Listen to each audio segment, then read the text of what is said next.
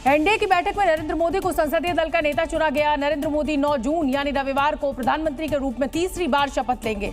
हम आपको बता दें कि 9 जून को शपथ लेते ही नरेंद्र मोदी लगातार 3 बार शपथ देने वाले दूसरे प्रधानमंत्री बन जाएंगे। उनसे पहले पंडित जवाहरलाल नेहरू ने 3 बार शपथ ली थी।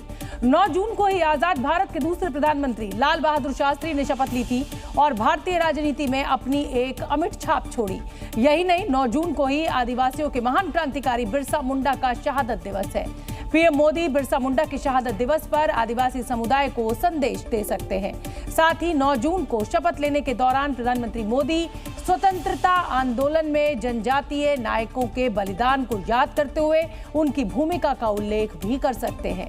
इसे इस बात से समझिए कि एनडीए संसदीय दल की बैठक के दौरान नरेंद्र मोदी ने विशेष तौर पर आदिवासी समुदाय की तारीफ की। अपने संबोधन में उन्होंने अपनी जीत का एक श्रेय एसटी समुदाय को दिया।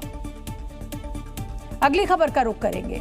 इससे पहले पुराने संसद भवन में एनडीए संसदीय दल की बैठक हुई, जिसमें सहयोगी दलों के सांसदों और उनके नेताओं से नरेंद्र मोदी की जिस अंदाज में मुलाकात हुई, उससे गठबंधन की मजबूती के संकेत मिले। और यही वजह रही कि जब नरेंद्र मोदी सेंट्रल हॉल पहुंचे तो पूरा एनडीए उनके स्वागत के लिए एक साथ खड़ा हो गया और समर्थन में मोदी मोदी के नारे लगाए। स्वागत है भाई, स्वागत है। सेंट्रल हॉल में नरेंद्र मोदी ने सबसे पहले संविधान को माथे से छूकर प्रणाम किया और संविधान को नमन करने के बाद मोदी बैठक में शामिल हुए। मोदी पर चुनाव के दौरान विपक्षी दलों ने संविधान खत्म करने का आरोप लगाया था, जिसका जवाब भी मोदी ने दे दिया। इसके बाद नरेंद्र मोदी एनडीए में इस समय महत्वपूर्ण भूमिका निभा रहे चंद्रबाबू नायडू और नीतीश कुमार से गर्मजोशी से मिले। मंच पर बैठने के बाद भी तीनों नेताओं के बीच बातचीत होती दिखी। वहीं नीतीश कुमार इस दौरान नरेंद्र मोदी के पैर छूते भी नजर आए। मंच से अपने समर्थन का ऐलान करने के बाद नीतीश जब लौटे तो उन्होंने सीधे नरेंद्र मोदी के पैर छू लिए। इस दौरान चिराग पासवान भी पीछे नहीं रहे, उन्होंने भी पहले मोदी के पैर छुए और फिर गले लगा लिया। वहीं मोदी भी उन्हें थपकी देते दिखाई दिए।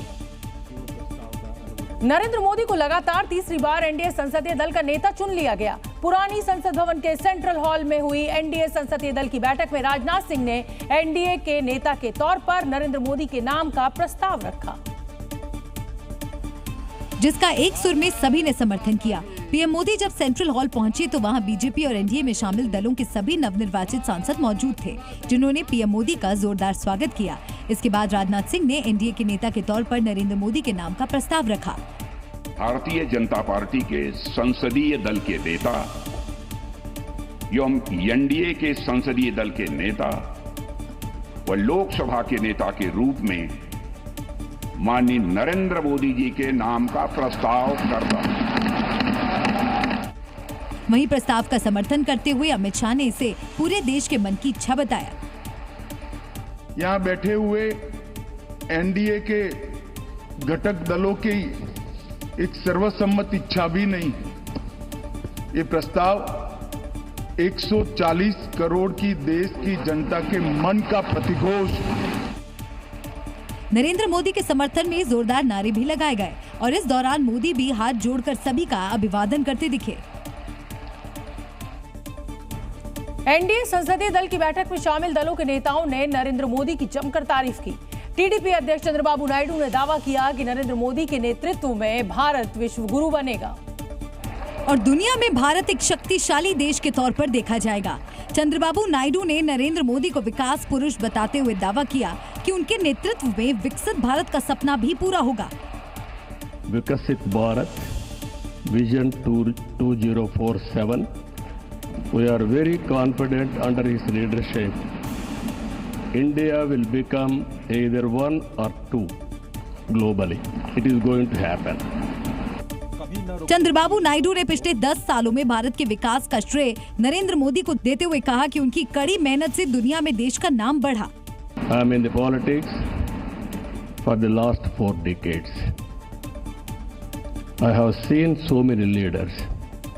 I can give entire credit for Narendra Modi ji for making India proud globally. That is his biggest achievement for the country. Chandrababu Naidu ने कहा कि नरेंद्र मोदी के कार्यकाल में देश की अर्थव्यवस्था मजबूत हुई है और भारत एक ग्लोबल पावर बनकर उभरा है। एनडीए में शामिल जेडीयू अध्यक्ष और बिहार के मुख्यमंत्री नीतीश कुमार भी नरेंद्र मोदी की तारीफों के पुल बांधने में पीछे नहीं रहे। नीतीश कुमार ने पूरी तरह से बीजेपी को समर्थन देने का दावा किया।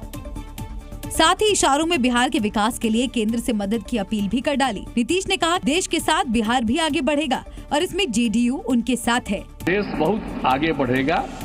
अब बिहार का भी तो सब काम हो ही जाएगा। जो कुछ भी बचा हुआ है उसको ही कर देंगे। सबसे पुराना इलाका है, तो इसीलिए हम लोग तो पूरे तौर पर हर तरह से जो आप चाहिएगा उस काम के लिए हम लोग लगे रहेंगे। नीतीश इस दौरान इंडिया गठबंधन को घेरने में भी पीछे नहीं रहे। ये सब कोई काम किया है? उन लोगों ने आज तक कोई काम नहीं किया, देश की कोई सेवा नहीं की। लेकिन आपने इतनी सेवा की है और उसके बाद इस तरह से हुआ है, तब इस बार फिर जो मौका मिला है, तो इस मौका के बाद आगे अब उन लोगों के लिए कोई गुंजाइश नहीं रहेगा, वो सब खत्म हो जाएगा। नीतीश कुमार ने इस मौके पर एनडीए के मजबूत होने का दावा भी किया।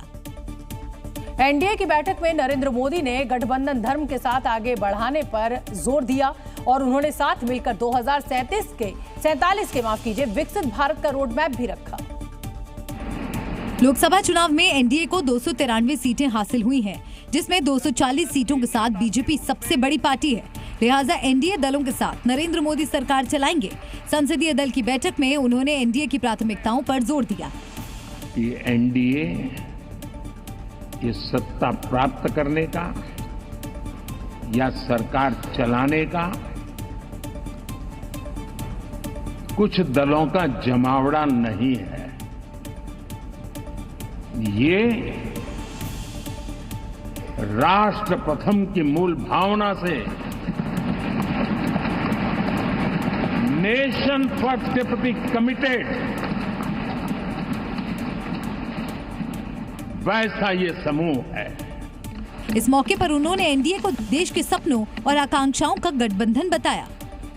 एक तरफ एनडीए रखूं, दूसरी तरफ भारत के लोगों के सपने और संकल्पों को रखूं, तो मैं कहूंगा NDA, new India, develop India, aspirational India.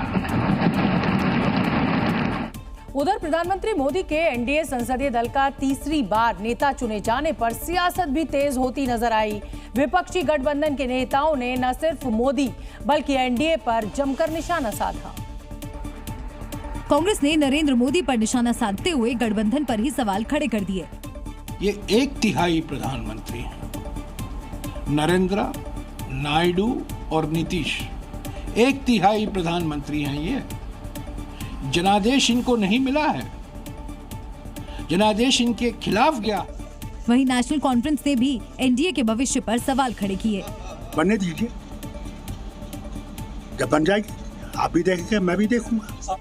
इधर समाजवादी पार्टी ने कहा कि बीजेपी मौका मिलने पर गठबंधन धर्म तोड़ देगी।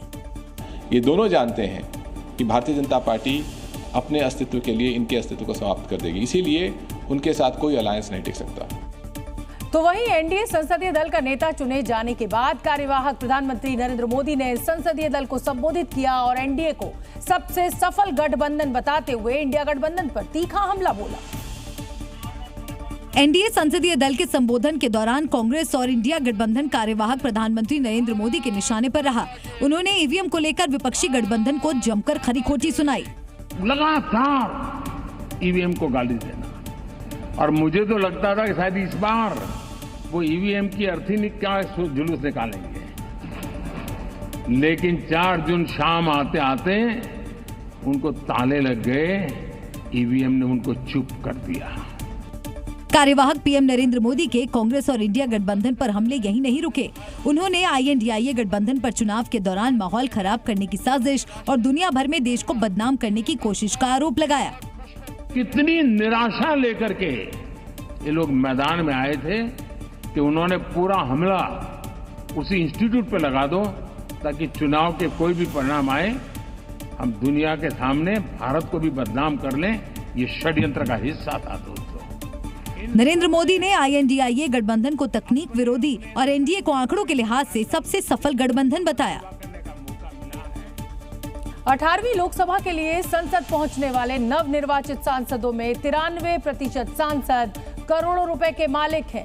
और हम आपको बता दें, ये जो करोड़ों के मालिक हैं पिछली बार के मुताबिक 5% ज्यादा हैं।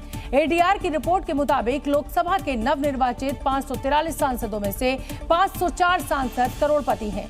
रिपोर्ट के मुताबिक बीजेपी के 240 नवनिर्वाचित सांसदों में से 227 सांसद करोड़पति हैं। वहीं चुनाव में जीत दर्ज करने वाले कांग्रेस के 99 उम्मीदवारों में से 92 उम्मीदवार करोड़ों की संपत्ति के मालिक हैं। डीएमके के नवनिर्वाचित 22 सांसदों में से 21 सांसदों के पास करोड़ों की संपत्ति है। टीएमसी के 29 में से 27 नवनिर्वाचित सांसद करोड़पति हैं। समाजवादी पार्टी के 37 में से 34 नवनिर्वाचित सांसदों की संपत्ति 1 करोड़ से ज्यादा है। रिपोर्ट के मुताबिक आम आदमी पार्टी, जेडीयू और टीडीपी के जीते हुए सभी उम्मीदवार करोड़पति हैं। आंकड़ों की अगर हम बात करें तो 42% नवनिर्वाचित सांसदों के पास 10 करोड़ रुपए या उससे ज्यादा की संपत्ति है। वहीं 19% सांसदों की संपत्ति 5 से 10 करोड़ रुपए के बीच है। इसके अलावा 32% सांसदों की संपत्ति 1 से 5 करोड़ रुपए के बीच है। केवल 1% जीत दर्ज करने वाले उम्मीदवारों के पास 20 लाख रुपए से कम की संपत्ति है। एनडीए संसदीय दल का नेता चुने जाने के बाद नरेंद्र मोदी ने सरकार का फ्यूचर रोड मैप भी बताया। उन्होंने काफी गंभीरता से इस बात का दावा किया कि अगले 10 सालों तक एनडीए की सरकार ही देश के लिए काम करेगी। और इसके लिए नरेंद्र मोदी ने एनडीए सरकार के अगले 10 साल का विजन भी पेश कर दिया। अगले 10 साल में गुड गवर्नेंस, विकास, नागरिकों के जीवन में क्वालिटी ऑफ लाइफ, और मेरा व्यक्तिगत रूप से एक बहुत बड़ा ड्रीम है, मैं लोकतंत्र की समृद्धि को जब सोचता हूं तो मैं चाहता हूं कि सामान्य मानवीय के जीवन में से, और खास करके मध्यम वर्ग, उच्च मध्यम वर्ग, उनके जीवन में से सरकार की दखल जितनी कम हो उतनी लोकतंत्र की मजबूती है। मोदी ने यह भी दावा किया कि विकास के जो कार्य पिछले 10 सालों में किए वो सिर्फ ट्रेलर था। कि जो 10 वर्ष हमने काम किया है वो तो ट्रेलर है, वो मेरा चुनावी वाक्य नहीं था, ये मेरा कमिटमेंट है। हमें और तेजी से और विस्तार से और तेज गति से देश के आकांक्षाओं को पूर्ण करने में रत्ती भर भी विलंब नहीं करना है। नरेंद्र मोदी ने कहा कि जनता से किए हर वादे को वो पूरा करेंगे। वहीं एनडीए संसदीय दल की बैठक में भाषण देने के बाद नरेंद्र मोदी का घटक दलों के नेताओं ने सम्मान किया। इस दौरान मोदी ने नए सांसदों से मुलाकात की और उनका हौसला भी बढ़ाया। सबसे पहले तेलुगु देशम पार्टी अध्यक्ष चंद्रबाबू नायडू ने शॉल ओढ़ाकर सम्मानित किया। इस दौरान जनसेना पार्टी के अध्यक्ष और एक्टर पवन कल्याण भी मौजूद रहे। दोनों ने भगवान की प्रतिमा नरेंद्र मोदी को भेंट की। मेल मुलाकात के दौरान नई दिल्ली से पहली बार चुनी गई बीजेपी सांसद बांसुरी स्वराज ने नरेंद्र मोदी से आशीर्वाद लिया। उन्होंने प्यार से बांसुरी के सर पर हाथ रखा और आशीर्वाद दिया। और जब उत्तर प्रदेश के मुख्यमंत्री योगी आदित्यनाथ मुलाकात के लिए पहुंचे तो नरेंद्र मोदी ने उत्साह से उनकी पीठ थपथपाई। इस बीच राजस्थान की पूर्व मुख्यमंत्री वसुंधरा राजे के बेटे और राजस्थान से नवनिर्वाचित सांसद दुष्यंत सिंह भी मोदी से मिलने पहुंचे तो उन्होंने दुष्यंत सिंह के पीठ पर प्यार भरी थपकी दी। एनडीए के संसदीय दल का नेता चुने जाने के बाद नरेंद्र मोदी बीजेपी मार्गदर्शक मंडल की शरण में पहुंचे। सबसे पहले वो लाल कृष्ण आडवाणी के घर गए, उनसे मुलाकात की और आशीर्वाद लिया, जिसकी तस्वीरें भी सामने आईं।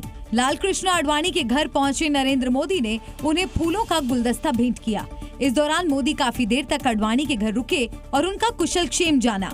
2014 के बाद नरेंद्र मोदी लाल कृष्ण आडवाणी से अब तक कुल 16 बार मुलाकात कर चुके हैं। पिछली बार नरेंद्र मोदी ने आडवाणी से इसी साल 31 मार्च को मुलाकात की थी, जब भारत रत्न दिया गया था।